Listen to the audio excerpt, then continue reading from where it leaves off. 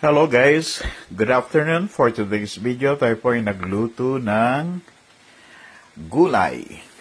So, ang gulay natin, it's okra at saka talong. So, nilagyan natin na siya ng shrimp at saka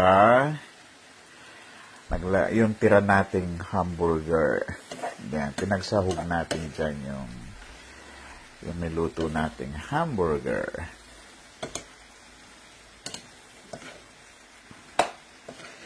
So, this is our semi-pinakbet. Kasi kulang ng mga gulay pa. So, ito lang yung available natin. So, yung okra at saka yung talong. Ayan.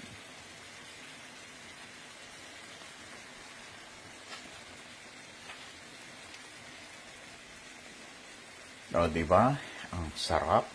Ang bango. Super yummy.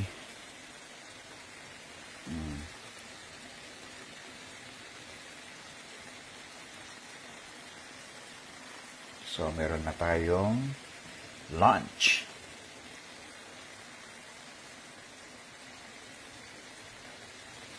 Yummy. Alright, this is Chumosky.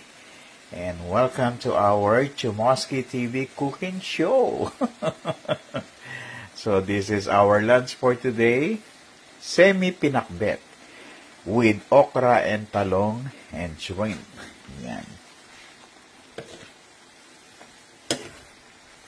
So kahit hindi na tayo mag-rice, pwede na ito. Ang ganda ng shrimp po. Ito yung shrimp natin, it's wild.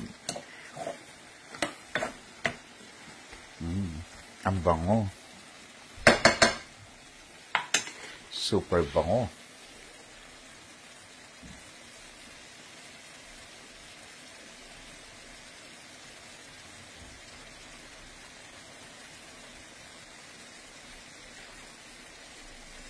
So, kahit hindi na tayo mag-rice, yan lang ano natin. So, pwede na. Alright. Thank you for watching. Don't forget to like, comment, and share. And please thumbs up and subscribe. Thank you for watching. This is our semi-pinakbet. Pero ang sarap na. Grabe. Oh. Tatakpan natin siya para medyo may steam yung gulay. Actually, masarap dyan yung half cook lang. Di ba?